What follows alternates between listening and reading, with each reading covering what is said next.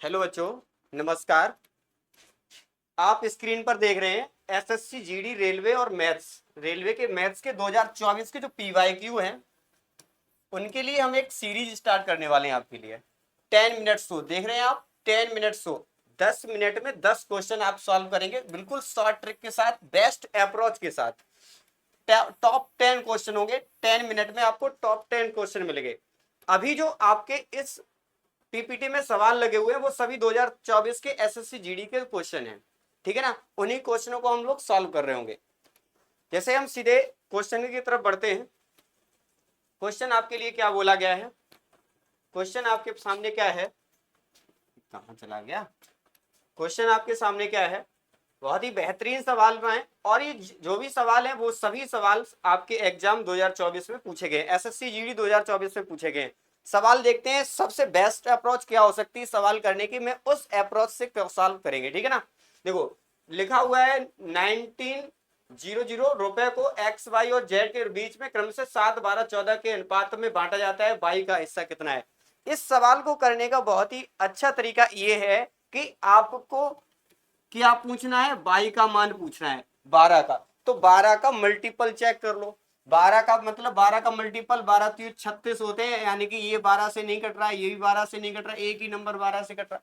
एक तो ये हो गया। ऊपर दूसरा तरीका क्या, इन सबको जोड़ो, यानी कि क्या दिया, सबका टोटल दिया है 1990 अब उसको जोड़ेंगे तो 33 हो रहा है आपका। ये किसके बराबर है? ये किसके बराबर है? 9900 के बराबर है बेटा, होगा। 33 कितना हो गया? 300। 1 यूनिट की वैल्यू कितनी आ गई? 300। हमें किसकी वैल्यू चाहिए? बाई की। दूसरे बाई की वैल्यू कितनी है? 12। 12 की वैल्यू कितनी हो जाएगी? 300 गुणा 12 बराबर 3600। कितना हो जाएगा? 3600। समझ में आ गया? ठीक है ना। अगले सवाल की तरफ बढ़ते हैं। अगला सवाल आपसे क्या पूछा गया है? अगला सवाल है आपसे, यदि कोई वस्तु 20% हानि पर बेची जाती है, क्या है? 20% हानि पर बेची जाती है तो वस्तु के क्रय मूल्य और विक्रय मूल्य का क्रम से अनुपात कितना है? 20% हानि पर बेची जाती है, 20% का मतलब होता है 1/5। हानि पर बेची जाती है तो 4, यानी कि 5 से 4 रेशियो हो जाएगा। क्या हो जाएगा? 5 से 4 रेशियो हो जाएगा, यानी कि जो ऑप्शन नंबर 2 में है। क्या है? ऑप्शन नंबर 2 में है। यानी कि जो भी नीचे होता है ना वो सीपी होता है, और जो घटा के या जोड़ करके लिखते हैं वो हमारा क्या होता है? एसपी होता है। वो हमारा क्या होता है? एसपी होता है। बात समझ में आ गई? ठीक, आगे बढ़ते हैं। अगला सवाल आपसे क्या पूछा गया है? अगला सवाल क्या पूछा गया है? अगले सवाल को देखते हैं।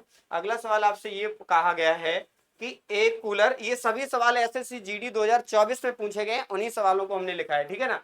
एक कूलर का क्रय मूल्य 6400 रुपए है, यदि लाभ प्रतिशत 24% है तो कूलर का विक्रय मूल्य क्या है? तो कूलर का विक्रय मूल्य क्या है? ध्यान दो, अगर ये 6400 रुपए है, 6400 रुपए है, तो आपसे क्या पूछा है? इस पर प्रॉफिट हो रहा है 24% का। 24% का मतलब होता है, अगर मैं 24% को फ्रैक्शन में लिखें तो आप 4% को 1/25 जानते हैं, 6 गुना तो 6/25 हो गया। कितना हो गया? 6/25 हो गया। तो 25 और 6 कितने हो गए? 31, यानी कि आपका 31/25 हो गया। 25 से इसमें भाग लगा दो, कितने बार जाएगा? 25 दूनी 50 और 25 पंजे 125, 25 छिक्का 150, कितना हो गया? 256 गुणा 31। अगर इसको मल्टीपल करेंगे, मल्टीप्लाई करेंगे तो ऑप्शन आ रहा है 7936। 7936 आपका आंसर आएगा, गुणा करके देख लेना। अगले सवाल की तरफ बढ़ते हैं। क्या है अगला सवाल? आपसे क्या पूछा गया है? ध्यान से समझेंगे इस सवाल को। इस सवाल में क्या पूछा गया है? इस सवाल में आपसे क्या पूछा गया है? इस सवाल में आपसे क्या पूछा गया है? उमेश एक वस्तु को बेचता है और 75% का लाभ कमाता है। क्या करता है? 75% का लाभ कमाता है बेटा। अगर 75% का लाभ होता है तो 75% का मतलब जानते हो कितना होता है बेटा? 3/4 होता है। कितना होता है? 3/4, यानी कि 4 रुपए पर 7, 3 रुपए का प्रॉफिट होता है। 4:7। सीपी और एसपी का रेशियो क्या बन गया आपका? सीपी से एसपी का रेशियो क्या बन गया? 4:7, जो ऑप्शन 1 में ये क्रय मूल्य और विक्रय मूल्य का अनुपात पूछा था, 4:7 आ जाएगा। बात क्लियर है? बात क्लियर है सर। आगे बढ़ जाते हैं। आगे क्या है? अगला सवाल आपसे क्या पूछा गया है? अगला सवाल क्या है? ये सवाल 2 बार रिपीट हो गया है। ये सवाल था, ठीक है, वो सही से टाइप नहीं हुआ है। इस सवाल को करते हैं। ये सवाल क्या है? आपसे क्या पूछा गया है? जॉन एक बैंक खाते में 1000 रुपए जमा किए, 5% वार्षिक की साधारण दर पर प्रदान करता है। 2 वर्षों बाद उससे कितना ब्याज मिलेगा? 2 वर्ष बाद आपसे ब्याज पूछा गया है। अगर ब्याज 2 वर्षों का है और रेट कितनी 5%, यानी कि कितना ब्याज लगना 10% लगना है। कितने पर लगना है 1000 पर। 1000 का 10% मतलब 100 रुपए। कितना हो गया $100 आ जाएगा। कितना हो जाएगा $100 हो जाएगा। बात क्लियर है। ठीक है आगे बढ़ जाते हैं। आगे आपसे क्या पूछा गया है, आगे आपसे क्या पूछा गया है ध्यान देंगे। अगला सवाल आपसे लेके कहा गया है। अगले सवाल की अगर हम बात करें बेटा, अगले सवाल की अगर हम बात करें तो अगले सवाल में आपसे पूछा है 90 परिणामों का औसत 38 है। कितना है 38 है। यदि प्रत्येक परिणाम से घटा दिया जाए, कितना 4 घटा दिया जाए, प्रत्येक परिणाम से 4 घटा दिया जाए, 4 घटा दिया जाए तो आपका क्या पूछा, तो परिणामों का नया औसत बताना है। ध्यान समझना है इस कॉन्सेप्ट को। अगर आपसे कोई औसत दिया गया है और उसमें घटाने जोड़ने की बात कर रहा है, क्या कर रहा है उसमें घटाने जोड़ने की अगर बात कर रहा है, औसत आपसे पहले दिया गया 38। अगर आपसे चाहे जोड़ करवाए, चाहे घटाए करवाए, चाहे गुणा करवाए, चाहे भाग करवाए, अगर इस तरीके का कोई कॉन्सेप्ट का सवाल है तो वहां पर आप क्या कर रहे होंगे, वहां पर आप क्या कर रहे होंगे, जो आपसे औसत दिया गया है ना, जो आपको औसत दिया गया है ना, उसी औसत में वही काम कर दो जो आपको करवा रहा है प्रत्येक संख्या के साथ। प्रत्येक संख्या के साथ यहाँ जोड़ करवा रहा था 4 का, तो हमने 4 घटा रहा था, 4 घटा रहा था, मैंने 4 को घटा दिया, 4 को इस संख्या से घटा दिया, तो मेरा जो भी प्राप्त हुआ वो नया औसत प्राप्त हुआ। ये क्या प्राप्त हुआ, नया औसत प्राप्त हुआ बेटा। क्या हुआ, नया औसत मिल गया मुझे। कितना 34। कितना हो गया 34, जो ऑप्शन 2 में दिखा रहा है, ऑप्शन 2 में दिखा रहा है। बात क्लियर है। यानी कि आपसे चाहे भाग करवाता तो भाग कर देते, इसके साथ माइनस करवाता माइनस कर देते, गुणा करवाता तो गुणा कर देते। बात क्लियर है। इस टाइप के सवाल आप कर लेंगे। अगले सवाल की तरफ बढ़ जाते हैं। अगला सवाल आपसे क्या पूछा गया है, अगला सवाल आपसे है, आपसे ये पूछा गया है, सभी सवाल एसएससी जीडी ने पूछे हैं।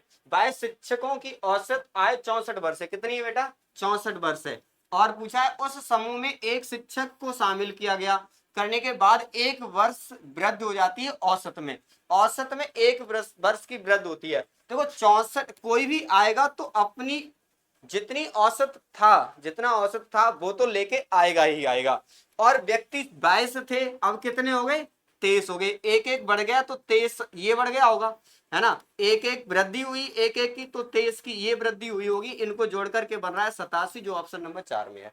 ठीक है, क्या आ गई, नए शिक्षक की एज कितनी आ गई 64 + 23 87 वर्ष की आ गई। ठीक है, बात क्लियर है। आगे बढ़ जाते हैं। अगला आपसे सवाल क्या किया गया है, अगला सवाल आपसे क्या बोला गया है, आपसे क्या पूछ रहा है 25% और 10%, 25% और 10% की दो क्रमिक छूट दी गई है, समतुल्य छूट बताना है। सिंपल है, X Y percent, X plus Y आप लगा सकते हैं, X plus Y X Y upon 100।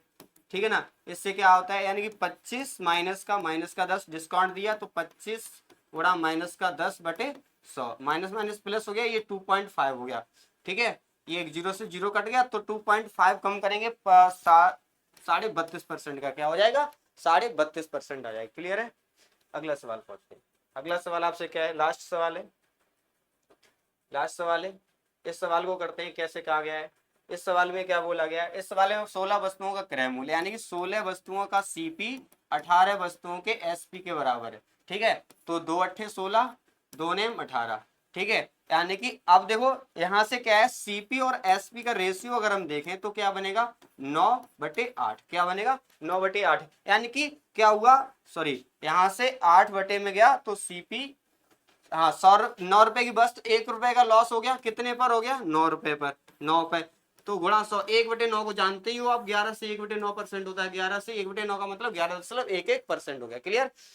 बहुत बहुत धन्यवाद। अगर आपको समझ में आ रहा है इसको शेयर कीजिए, लाइक कीजिए।